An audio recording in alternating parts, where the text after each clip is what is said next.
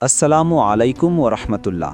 Iran সম্পর্কে আজ থেকে ১৪০০ বছর আগে মহানবী সাল্লাল্লাহু আলাইহি ওয়াসাল্লাম এমন কিছু ভবিষ্যদ্বাণী করে গেছেন যা আজ আমরা বাস্তবে দেখতে পাচ্ছি। ইরানের সর্বোচ্চ নেতা আয়াতুল্লাহ খামেনি বলেছেন, মুসলিম উম্মার ঐক্য আমাদের সবচেয়ে বড় শক্তি। আমরা বিভক্ত হয়ে গেলে শত্রুরা আমাদের দুর্বল করে ফেলবে।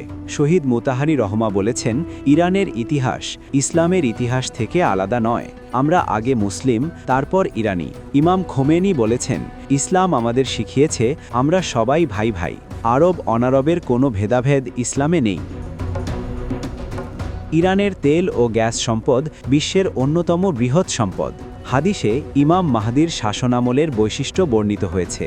আকাশ থেকে প্রচুর বৃষ্টিপাত হবে, জমিতে ফসলের প্রাচুর্য দেখা দেবে এবং সম্পদের ন্যায্য বণ্টন হবে। তবে তার আগে বড় যুদ্ধ ও ধ্বংসযজ্ঞের ভবিষ্যদ্বাণী রয়েছে। নবী করিম সাল্লাল্লাহু আলাইহি ওয়াসাল্লাম বলেছেন, শেষ জামানায় হত্যাকাণ্ড বৃদ্ধি পাবে। আধুনিক অস্ত্র দিয়ে আজ এক মুহূর্তে হাজার হাজার মানুষ হত্যা করা সম্ভব। ইরানের সর্বোচ্চ নেতা ইমাম মাহদির আগমনে বিশ্বাস করেন এবং বলেন, আমরা তার আগমনের জন্য অপেক্ষা করছি এবং আমাদের দায়িত্ব হল একটি আদর্শ ইসলামী সমাজ গঠন করা। ইরান আজ বিশ্বের অন্যতম প্রধান ইসলামী দেশ, যার ৯৯ ভাগের বেশি মানুষ মুসলিম। নবী করিম সাল্লাল্লাহু আলাইহি ওয়াসাল্লাম ইরশাদ করেছেন, আমার উম্মতের একটি দল সর্বদা সত্যের ওপর প্রতিষ্ঠিত থাকবে। প্রশ্ন হল, সেই দলে কি ইরানের লোকেরাও আছে? আজ আমরা ২০টি ভবিষ্যদ্বাণী নিয়ে আলোচনা করব, যা আপনার ঈমানকে শক্তিশালী করবে। ১. সিফফিন যুদ্ধ ও ইরান। ৬৫৭ খ্রিস্টাব্দে ইসলামের ইতিহাসে আলী রাদিয়াল্লাহু আনহু ও মুয়াউইয়া রাদিয়াল্লাহু আনহুয়ের মধ্যে সিফফিন যুদ্ধ সংঘটিত হয়। এই যুদ্ধে ইরান থেকে আগত সাহাবী সালমান ফার্সি রাদিয়াল্লাহু আনহুয়ের অনুসারীরা আলী রাদিয়াল্লাহু আনহুয়ের পক্ষে লড়েন। ইতিহাস বলে, ইরানি মুসলিমরা সবসময় সত্যের পক্ষে দাঁড়ানোর চেষ্টা করেছে। ২. আধুনিক ইরানের ভবিষ্যৎ। নবী করিম সাল্লাল্লাহু আলাইহি ওয়াসাল্লাম বলেছেন, আল্লাহ এই উম্মতের জন্য প্রতি ১০০ বছর পর এমন কাউকে পাঠাবেন যিনি ধর্মকে সংস্কার করবেন। আবু দাউদ। অনেকে ১৯৭৯ সালের ইরানি বিপ্লবকে এই হাদিসের উদাহরণ হিসেবে মনে করেন। এছাড়া হাদিসে এসেছে, শীঘ্রই বিভিন্ন জাতি তোমাদের বিরুদ্ধে এমনভাবে একত্রিত হবে যেমন খাদ্যের পাত্রের দিকে খাদকরা একত্রিত হয়। ইরানের উপর বর্তমান আন্তর্জাতিক নিষেধাজ্ঞা ও চাপ যেন এই হাদিসেরই প্রতিফলন। ৩. ইরানে ইসলামের বিস্তার। নবী করিম সাল্লাল্লাহু আলাইহি ওয়াসাল্লাম বলেছেন, এই দিন সেখানে পৌঁছাবে যেখানে রাত ও দিন পৌঁছায়। ৬৫১ খ্রিস্টাব্দে পারস্য সাম্রাজ্যের পতনের পর ইরানে দ্রুত ইসলাম ছড়িয়ে পড়ে। ইতিহাসবিদ বার্নার্ড লুইস বলেছেন, ইরান প্রকৃতপক্ষে ইসলামী হয়েছে, কিন্তু আরবি হয়নি। আজ ইরানের ৯৯ ভাগ মানুষ মুসলিম। ৪. শিয়া সুন্নি বিভাজন ও ইরান। নবী করিম সাল্লাল্লাহু আলাইহি ওয়াসাল্লাম বলেছিলেন, তোমরা অবশ্যই তোমাদের পূর্ববর্তীদের পথ অনুসরণ করবে এবং আমার উম্মত ৭৩ দলে বিভক্ত হবে। ষোড়শ শতাব্দীতে সাফাবি রাজবংশের সময় শিয়া ইসলাম ইরানের রাষ্ট্রধর্ম হয়। বর্তমানে ইরান বিশ্বের বৃহত্তম শিয়া প্রধান দেশ। তবে আমাদের উচিত উম্মার ঐক্য অটুট রাখা। ৫. জান্নাতবাসী ও ফার্সি ভাষী। নবী করিম সাল্লাল্লাহু আলাইহি ওয়াসাল্লাম জাফর আল সাদেকের অনুসারীদের জ্ঞান ও খোদাভীতির প্রশংসা করেছেন। ফার্সি বিদ্বানদের মধ্যে ইমাম আবু হানিফাও ছিলেন। হাদিসে আছে, জান্নাতে এমন লোক প্রবেশ করবে যাদের হৃদয় হবে পাখির মতো, অর্থাৎ তারা হবে নির্ভীক ও আল্লাহর ওপর ভরসা রাখা লোক। ইরানিরা ইসলামের জন্য জীবন দিতে কখনো পিছপা হয়নি। ৬. ফার্সি ভাষায় কুরআন ও ইবাদত। এক ফার্সি ব্যক্তি আরবি জানতেন না বলে নবী সাল্লাল্লাহু আলাইহি ওয়াসাল্লামের কাছে আরজ করলেন, তিনি নিজ ভাষায় আল্লাহর প্রশংসা করতে চান। জিব্রাইল আলাইহিস সালাম এসে জানালেন, প্রতিটি জাতি তাদের নিজস্ব ভাষায় ইবাদত করতে পারে। সামানি রাজবংশের সময় ফার্সি ভাষায় প্রথম পূর্ণাঙ্গ কুরআন অনুবাদ সম্পন্ন হয়। ৭. ফার্সি বিদ্বানদের আবির্ভাব। ইমাম জাহাবি রহমায়ের তালিকায় বহু হাদিস বিশারদ ছিলেন ফার্সি বংশোদ্ভূত।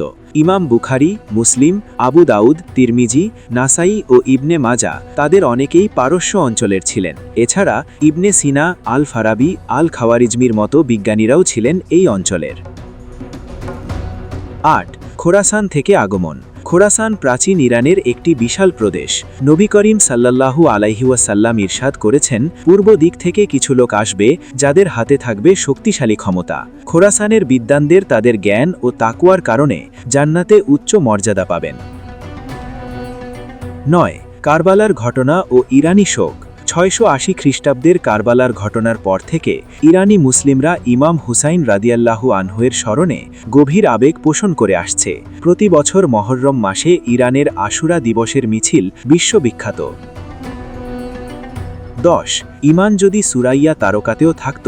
একবার নবী সাল্লাল্লাহু আলাইহি ওয়াসাল্লাম সালমান ফার্সি রাদিয়াল্লাহু আনহুয়ের কাঁধে হাত রেখে বললেন, যদি ইমান সুরাইয়া তারকাতেও অর্থাৎ মহাকাশের দূরবর্তী স্থানে থাকত, তাহলে পারস্যের অধিবাসীদের মধ্য থেকে কিছু মানুষ সেই ইমান অর্জন করত।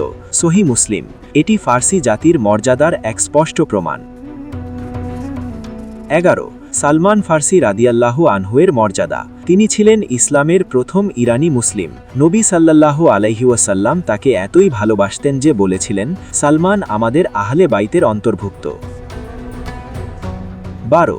সূরা জুমুয়ার আয়াত ও ফার্সিদের আগমন। কুরআন বলছে, আর অন্যদের জন্য অর্থাৎ রাসূল পাঠিয়েছেন যারা এখনও তাদের সাথে মিলিত হয়নি। সাহাবীরা যখন জিজ্ঞেস করলেন এই অন্যরা কারা, নবী সাল্লাল্লাহু আলাইহি ওয়াসাল্লাম সালমান ফার্সির দিকে ইশারা করে পারস্যের লোকদের কথা বলেন। 13. খোরাসান থেকে কালো পতাকা।